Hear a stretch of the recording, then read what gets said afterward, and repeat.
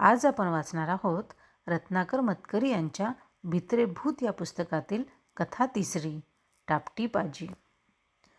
प्राध्यापक थट्टेवारी नावाच्या मानाने बरेच गंभीर होते. मुख्य म्हणजे ते कधीही कुठलीही गोष्ट थट्टेवारी नेत नसत. तसे त्यांचे वय फार नव्हते, अजून लग्न देखील व्हायचे होते, पण कपाळावरचे आठ्यांचे जाळे आणि डोळ्यांवरचा भिंतीसारखा जाड काचांचा चष्मा यामुळे 30चे थट्टेवारी 50चे दिसत. माणूस नेहमी गंभीर राहिला की तो लवकर म्हातारा होतो, तो असा. पण बापडे थट्टेवारी गंभीर न राहतील तर काय. त्यांचा कॉलेजात शिकविण्याचा विषयच मुळी एकजात गंभीर तत्त्वज्ञान. विषय गंभीर, प्राध्यापक गंभीर, विद्यार्थी गंभीर. कुणाला कंटाळा आला तर त्याने तोंडावर हात घेऊन जांभई देखील गंभीरपणे द्यायची. सगळा वर्गच इतका गंभीर असायचा की काडीपाटात घरटे करून राहिलेल्या चिमण्यासुद्धा चिवचिव करायला घाबरायच्या आणि वर्गाच्या भिंतीत बिळे करून राहिलेले उंदीरसुद्धा इकडून तिकडे पळताना मध्येच गंभीर होऊन सावकाश टुलक्या देत देत चालायचे. तर अशा या प्राध्यापक थट्टेवारींनी एकदा ठरवले की आपण एक महागंभीर प्रबंध लिहायचा. त्याचा विषय विश्वाच्या उत्पत्तीपासून चराचर व्यापून राहिलेल्या अगणित योनींमध्ये पिशाच्य योनीची गणना वगैरे वगैरे असा साधारण 10 ओळी लागतील इतका लांब. पण थोडक्यात सांगायचे तर जगात भूते नाहीत असा होता. भूते का व कशी नाहीत याचे संशोधन करून प्राध्यापक थट्टेवारी हा जाडजूड प्रबंध लिहिणार होते आणि त्यामुळे त्यांचा नावलौकिक खूपच वाढणार होता. नावलौकिक वाढला की थट्टेवारी अधिकच गंभीर होणार होते. त्यांच्या कपाळावरच्या आठ्यांची संख्या कितीतरी वाढणार होती. चष्म्याचा नंबर अधिकच वाढणार होता. झालेच तर ते दाढी देखील वाढविणार होते. या गंभीर विषयावर लिखाण करायचे तर ते शहरातल्या गजबजलेल्या ठिकाणी राहून कसे होणार. थट्टेवारींना गडबड मुळात आवडत नसे. गडबडीत लिखाण करायचे म्हणजे डोक्यात नुसता गोंधळ. रेडिओवरची गाणी, टीव्हीवरचे सिनेमे, बिल्डिंगमधली भांडणे, रस्त्यावरच्या मारामाऱ्या, गल्लीमधलं क्रिकेट, 1 ना 2 या गदारोळात लिहायचे म्हणजे माणूस चुकून तत्त्वज्ञानाच्या प्रबंधात गाण्याची एखादी ओळ किंवा क्रिकेट स्कोअर नाहीतर रस्त्यावरच्या शिव्या लिहून जायचा. म्हणजे झाली का पंचायत. तेव्हा प्राध्यापकांनी ठरवून टाकलं की एखाद्या खेडेगावी अगदी शांत रानातल्या ठिकाणी तात्पुरते एखादे घर घ्यायचे आणि तिथे राहून लिहायचे. प्रबंध पुरा झाला की मग शहरात यायचे. मग नावलौकिक वगैरे पुढचे सगळे. बेत ठरताच थट्टेवारींनी चांगली 2-3 महिन्यांची रजा घेतली. विद्यार्थ्यांनाही थोडंसं हायसं वाटलं, कारण आता 3 महिने ते हसायला मोकळे झाले होते.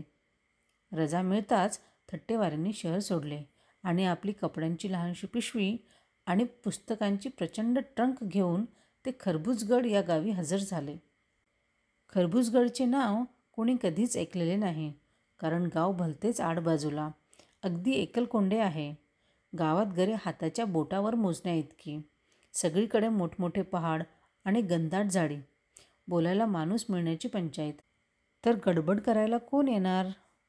रेडिओ, टीव्ही सोडाच, साधे विजेचे दिवेसुद्धा नाहीत इतका मागासलेला गाव. त्यामुळे सगळीकडे शांतताच शांतता, कसली म्हणून हालचाल नाही. थोडक्यात गाव अगदी प्राध्यापकांच्या लिखाणाला हवा तसा. मनातल्या मनात खुश होऊन प्राध्यापकांनी कपाळाला आठ्या देखील घातल्या. या अशा गावात घर मिळणे मात्र कठीण. जी काही थोडीफार कुटुंबे होती ती झोपड्यांमधून राहायची. नाही म्हणायला 2-4 चांगली पक्क्या बांधकामाची घरे होती, पण ती मोकळी नव्हती. हो नाही करता करता एक घर त्यांना सापडले, पण ते होते पार गावाबाहेर. शिवाय ते मोकळे असण्याचे एकच कारण होते. लोक म्हणत की ते भुताटकीचे घर आहे. आता लोक काहीही म्हणत, पण प्राध्यापकांचा भुताटकीवर विश्वासच नव्हता. म्हणजे त्यांच्या प्रबंधाचा विषय जिथे भूते नाहीत असा होता, तिथे त्यांना स्वतःला भूतांचे काय. तेव्हा त्यांनी ताबडतोब तिथे एक घर घेऊन टाकले. घरही तसे छोटेखानी आणि सुबक होते. झपाटलेली घरे असतात तसे फुटके तुटके काळे कुट्ट नव्हते. चांगले स्वच्छ आणि नीटनेटके होते. प्राध्यापक तेथे राहायला लागले. ट्रंक उघडून पुस्तके ऐसपैस मांडून वाचनात वेळ घालवू लागले आणि त्यांच्या एकदम ध्यानात आले की घरात घरकामासाठी कुणी माणूस हवे. धुणी भांडी, घर स्वच्छ ठेवणे ही सगळी कामे करणे प्राध्यापकांना शक्यच नव्हते. ते जर ती कामे करत बसले असते तर प्रबंध लिहिण्यासाठी वेगळा माणूस ठेवावा लागला असता. म्हणून वर कामासाठी कुणी मिळते का याची चौकशी करायला प्राध्यापकांनी सुरुवात केली. गावात माणसे कमी पण अगदीच नव्हती असे नाही. पण हे घर भुताटकीचे म्हणून कुणी येथे काम करायलाच येईना. प्राध्यापकांनी लोकांना पुष्कळ समजाविले की या जागेत भूते नाहीत. आपला प्रबंधच्या प्रबंध त्यांनी धडाधड म्हणून दाखविला. पण ते खेडूत लोक, त्यांना थोडेच थट्टेवारीचे शहरी तत्त्वज्ञान समजणार. त्यांनी ते सगळेच चेष्टेवारीने नेले. आणि एके दिवशी एक म्हातारी आजी कुणाच्या तरी सांगण्यावरून कामावर हजर झाली. आजी गोरीपिट्ट होती, केसांची चांदी झालेली, कमरेत वाकलेली, पण तुरुतुरू चालणारी. बोलायला चांगली, पण तिची एक गोष्ट मात्र प्राध्यापकांना आवडली नाही. एकसारखी हसण्याची तिची सवय. कारण असो नसो म्हातारी आपली खिक खिक करून हसायची. बोलता बोलता हसायची. कधीकधी न बोलताही बोलण्याऐवजी हसायची. थट्टेवारी तर कधीच हसत नसत. त्यामुळे आजीचे हसणे त्यांना फारच विचित्र वाटले. पण काय करणार, माणूसच मिळत नव्हते तर ते हसणारे का होईना पण घरकामाला माणूस मिळाले. काय ग, तुझा आहे का भूतांवर विश्वास? प्राध्यापकांनी विचारले. आजी नुसती हसली. हे घर झपाटलेले आहे असे म्हणतात. लोक येत नाहीत इथे. नाही येत ते बरं आहे म्हणा. तेवढीच शांतता. पण मग तू कशी आलीस? शहाणी दिसतेस. इतर गावकऱ्यांसारखी विश्वास ठेवत नाहीस भूतांवर. आजी पुन्हा खिक खिक हसली. आणि नाहीच ठेवत तेच बरोबर. प्राध्यापकांचे व्याख्यान सुरू झाले. आणि या जगात यानंतर 15 मिनिटे एकटे प्राध्यापकच बोलत होते आणि आजी नुसतीच हसत होती. हसून झाल्यावर ती म्हणाली, मग राहू ना मी आजपासून कामावर. पहा तर कसं आरशासारखं ठेवते घर. नाही पटलं तर मला काढून टाका. आणि ती आपला पदर खोचून सरळ कामाला लागली. प्राध्यापक वाचत बसले होते. सगळीकडे अगदी किर्र शांतता पसरली होती. आणि एकदम धडाधड भांडी कोसळून पडल्याचा आवाज झाला. ठना ठन ठन ठन ठन. प्राध्यापकांनी कानात बोटं घातली. इतका कर्कश आवाज. माणसाने गंभीरपणे वाचायचे कसे? आणि एवढ्यावर आवाज थांबले नाहीत. ठन ठन खन खन खर्र खर्र. भांडी एकमेकांवर आपटत राहिली, जमिनीला घासत राहिली. क्षणभर प्राध्यापकांच्या मनाला एक विचार चाटून गेला. या घरात लोक म्हणतात ती भुताटकी तर नसेल? दुसऱ्याच क्षणी त्यांना स्वतःच्या विचारांची लाज वाटली. जगात भूतं नसतात म्हणून किती वेळा सांगायचं? त्यांनी मनाला समजाविले. आणि त्यांचेच खरे होते. आत जाऊन पाहतात तो भूते नाहीत आणि काही नाही. आजीबाई भांड्यांचा पसारा मांडून बसल्या आहेत. खर्र खर्र घासता आहेत. प्राध्यापकांना पाहून आजी नुसती हसली. भलत्या वेळी काय भांडी घेऊन बसलीस? ते गुरकावले. मला त्रास होतोय आवाजाचा. आणि एकाएकी एक गोष्ट ध्यानात येऊन ते ओरडले. आणि ही भांडी कुठून आणली एवढी? इथंच होती. आणि आजी हसली. घासून ठेवते. मला नाही भांडी अस्वच्छ आवडत. पण ही काय वेळ झाली भांडी घासायची? एवढ्या गलबल्यात मी वाचू कसा? काम पसंत नसेल तर मला काढून टाका. एवढे म्हणून आजी हसली. प्राध्यापकांच्या पोटात भीतीचा गोळा उठला. काढून काय टाका? माणूस शोधता शोधता नाकी 9 आले. आता एक मिळाले आहे तर आल्यापासून काढून टाकण्याची गोष्ट. ते काही नाही. काही झाले तरी आजीला सांभाळून ठेवले पाहिजे. काम सोडून जाऊ देता कामा नये. छे छे, तू राहा इथंच. असे म्हणून ते पाय आपटत बाहेर आले. वाचनाचा सत्यानाश झालाच होता म्हणून त्यांनी कंदील मालविला आणि बिछाण्यावर अंग टाकले. भांड्यांच्या आवाजात झोपणे कठीणच होते, पण तरीही त्यांनी झोपण्याचा कसोशीने प्रयत्न चालविला. एक एक भांडे उडी मारून घडवंचीवर बसते आहे असे मिटल्या डोळ्यांसमोर आणून त्यांनी भांडी मोजायला सुरुवात केली. 1, 2, 3, 123, 567, 758. सकाळी प्राध्यापक जागे झाले तेच मुळे एका विचित्र जाणीवेने. त्यांना आपण एकसारखे हलत आहोत, डोलत आहोत असा भास होत होता. मग त्यांच्या लक्षात आले की आपल्याला काहीच झालेले नाही, फक्त ज्या पलंगावर आपण झोपलेलो आहोत तोच हेलकावे खात आहे. या कल्पनेसाठी खाडकन उठून बसले आणि आजूबाजूला पाहू लागले.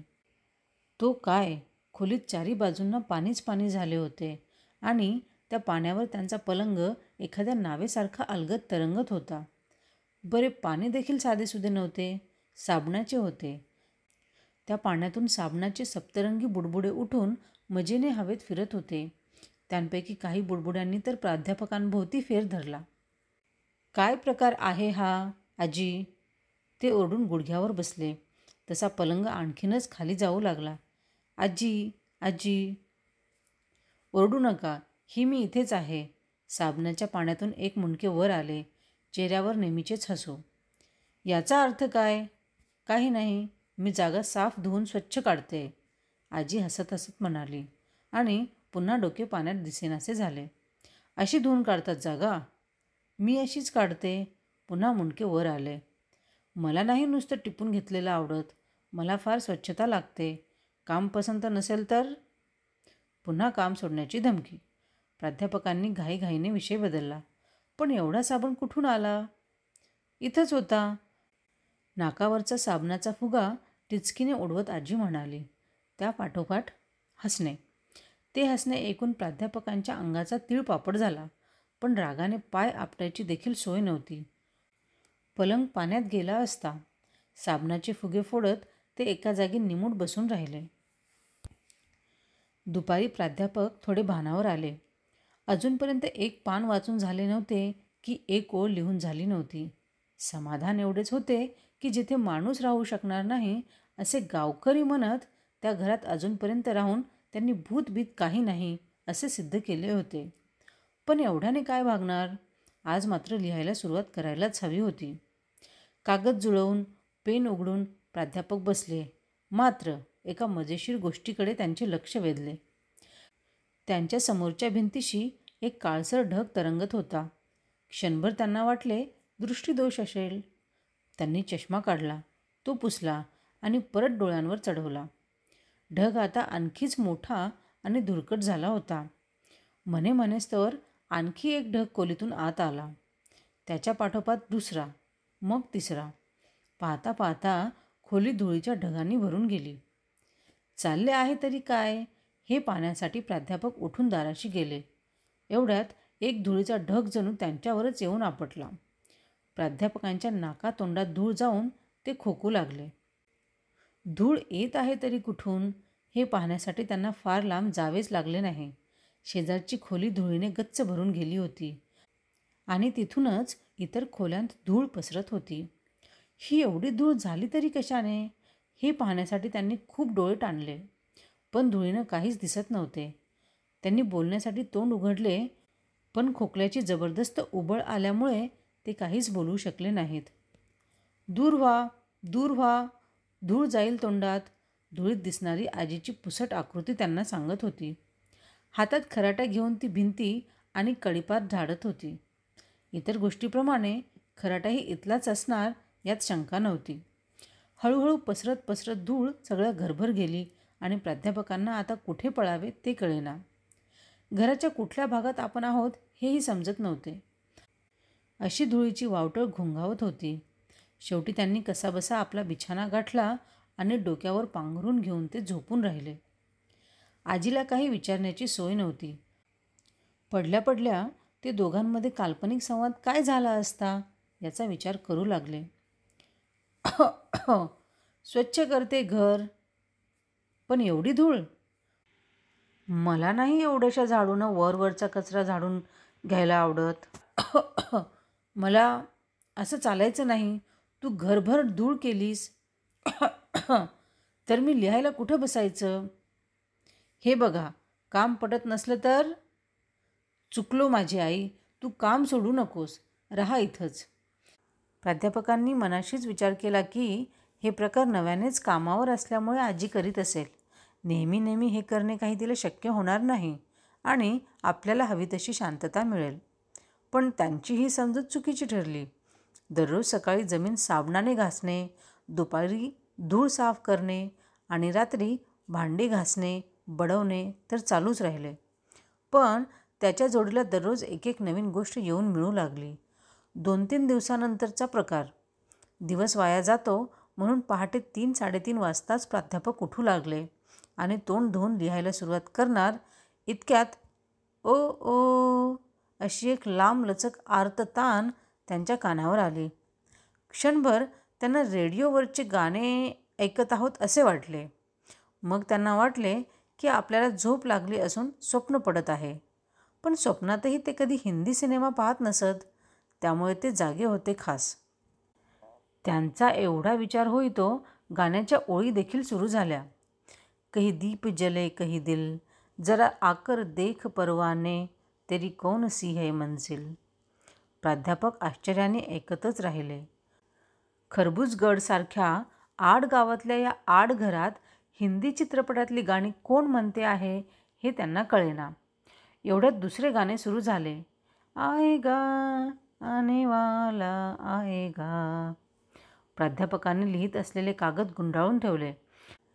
घरात म्हणजे विविध भारतीचा कोहिनूर गीत गुंजारवत सुरू झाला होता. चित्रपटामध्ये हातात मेणबत्त्या घेऊन, काळे किंवा पांढरे कपडे घालून, केस मोकळे सोडून गाणी म्हणणारे सगळे भटकते प्रेतात्मे आज त्यांच्या घरात वस्तीला आलेले दिसत होते. गाणी देखील अगदी विनासंकोच फुल व्हॉल्यूमचा आवाज लावून म्हटली जात होती. साथी रे तुम बिन जिया उदास संपले आणि प्राध्यापक खोलीतून बाहेर पडले. आता हिंदी सिनेमातल्यासारखी एखादी केस मोकळे सोडलेली तरुणी हातात मेणबत्ती घेऊन फिरताना आपल्याला दिसणार आणि गावकऱ्यांचे भुताटकीचे भाकीत खरे होणार याविषयी त्यांना शंका राहिली नव्हती. त्याप्रमाणे ते जिन्याशी आले आणि वरून दिवा घेतलेली आकृती येतानाही त्यांना दिसली. केस मोकळे सोडलेली, पांढरे कपडे घातलेली. छे, तसे कोणी नव्हते. आजीबाईच हातात दिवा घेऊन पायऱ्या उतरत होत्या. झोपमोड का झाली? मला आपली सवय आहे रात्रीच्या वेळी गाणी ऐकण्याची, आजी हसून म्हणाली. प्राध्यापकांनी घाईघाईने माडीवर जाऊन ग्रामोफोन बंद केला. जुना ग्रामोफोन आहे, आजी हसत हसत सांगू लागली. इथलाच आहे, पण बंद नको होता करायला. तेवढीच सोबत होते मला म्हातारीला. सोबतीसाठी काय सिनेमातली गाणी लावायची? आणि तीही अशी सस्पेन्सची, रहस्यमय सिनेमातली. कुठली मिळतील ती लावते, असे म्हणून आजी खिक हसली. एकूण मलाही पाठ झाली आहेत. आजा रे परदेसी मैं तो कब से खडी, आजी गाऊ लागली. ते असह्य होऊन प्राध्यापक धावतच वर गेले आणि त्यांनी ग्रामोफोन परत लावला. पण तू आधी रात्रीच्या वेळेस फिरतेस कशाला? झोपत का नाहीस? मी झोपू? आजी पुन्हा हसली. आणि घरची काळजी कोण घेईल? मी सगळीकडे फिरून बघत असते, कुठं काय पडले, काय मोडले, काय घासायला हवं, काय पुसायला हवं. आणि ती पुन्हा हसू लागली. हसू नकोस. प्राध्यापकांचा संताप अनावर झाला. हे चाललंय काय? मी इथे शांततेनं लिहायला आलो. 1 मिनिटाची शांतता मिळेल तर शपथ. रात्री 3:30 वाजतासुद्धा ही बोंबाबोंब. मला हे चालायचं नाही. मग मी जाऊ उद्यापासून? आजीने शांतपणे विचारले. प्राध्यापकांना एकदम आपली चूक उमजली. कसे बोलून फसलो आपण. माफ कर, पुन्हा नाही मी संतापणार, असे काहीतरी बोलून ते परत आले आणि बिछाण्यावर पडले. पण काहीतरी विचार करायलाच हवा होता. हे असे किती दिवस चालणार? आल्यापासून आठवडा होत आला. लेखन वाचन सोडाच, सुखाची झोपसुद्धा मिळाली नव्हती. दुसऱ्याच दिवशी त्यांच्यावर निर्णय घेण्याची पाळी आली. दुपारची वेळ होती. आज पहिल्या प्रथम घर शांत होते. आजीने शेवटी आपले ऐकले तर. अशा आनंदात प्राध्यापकांनी पेन उघडले आणि ते लिहायला सुरुवात करणार. इतक्यात वाव वूव वूव वूव कुत्र्याचे कर्कश भुंकणे त्यांच्या कानावर पडले. पलीकडच्या कुणाचे कुत्रे असेल म्हणून त्यांनी दुर्लक्ष करण्याचा प्रयत्न केला, पण नाही, आवाज अगदी जवळून येत होता. एकाएकी एवढ्यात आणखी 3-4 कुत्र्यांनी एकदम मध्येच भुंकायला सुरुवात केली. पहिला वाव करी, दुसरे भो भो, मग सगळे एकदम. मग पुन्हा पहिला वाव, मग दुसरे भो भो, असा काही ऑर्केस्ट्राच चालला होता. त्यात मध्येच मांजरांचे म्याऊ म्याऊ सुरू झाले. म्हणजे वाव, भोभो, म्यो म्यो, वाव. प्राध्यापकांना हा गदारोळ असह्य झाला. ते उठले आणि आत जाऊन पाहतात तो मध्ये आजी बसलेली आणि तिच्या भोवती 4 काळेभोर दांडगट कुत्रे उभे. तिने टाकलेले चपातीचे तुकडे खात आहेत. अंगावर 3 मांजरे खेळत आहेत. ती त्यांना दूध भरवत आहे. कुत्री आणि मांजरे सहसा इतकी प्रेमाने एकत्र नांदत नाहीत, पण आजींची हुकमत काही अपूर्व होती. दारात आलेल्या प्राध्यापकांकडे पाहून आजी मंदपणे हसली. आजपासून ही कुत्री नि मांजरं राहणार आहेत हो इथेच. जागा स्वच्छ ठेवायची तर हवीतच ती. कुत्रं मांजरं असली की पाली झुरळं फिरकत नाहीत, आजी म्हणाली. प्राध्यापकांच्या जीवाचा संताप झाला. त्यांना काय करावे तेच सुचेना. भिंतीवर डोके आपटावे की बुक्कीने दरवाजा तोडावा. पाय दणादण आपटावेत की केस उपटून घ्यावेत. आवाज आवाज आवाज. भांड्यांचे, सफाईचे, पाण्याचे, कुत्र्यांचे, मांजरांचे, गाण्याचे. क्षणभरसुद्धा शांती नाही का मिळणार? कुठून आला आवाज इथं? दुसरं कोणी गडी माणूस मिळणार नाही का अशा या घरात? तुम्हाला पटत नसेल तर तसं सांगा, आजी गोड हसून म्हणाली. म्हणजे मी काम सोडून? आजीचे वाक्य अर्धवटच राहिले. तिच्या अंगावरून पटापट उड्या मारून तिन्ही मांजरे धावतच प्राध्यापकांकडे आली. त्यांच्या अंगाखांद्यावर खेळू बागडू लागली. त्यांना झटकून टाकता टाकता प्राध्यापकांची पुरेवाट होत होती. त्यातच कुत्रे देखील प्रेमळपणे त्यांच्या पाठीमागे लागले. प्राध्यापकाने ताबडतोब निर्णय घेतला. पळता पळता ते ओरडले. छे छे, तुला कोण कामावरून काढून टाकील? तू राहा इथंच. मीच दुसरं घर शोधतो. असे म्हणून प्राध्यापक थट्टेवारीने धूम ठोकली. ते काळे कुत्रे त्यांना पोचवायला बऱ्याच लांबवर गेले. मग मी राहीनच इथे, परतलेल्या मांजरांच्या डोक्यांवरून हात फिरवत आजी म्हणाली. हे माझेच तर घर आहे. मोठा आला होता इथे राहायला. मी अशी कुणाला राहू देईन की काय? मी मोठ्या टापटिपीची आहे. माणसांच्या वाऱ्यानं मी बरी घर अस्वच्छ होऊ देईन. म्हणे जगात भूतं नाहीत. बावळट मेला. आणि इतके बोलून ती कुत्र्या मांजरांसकट अदृश्य झाली.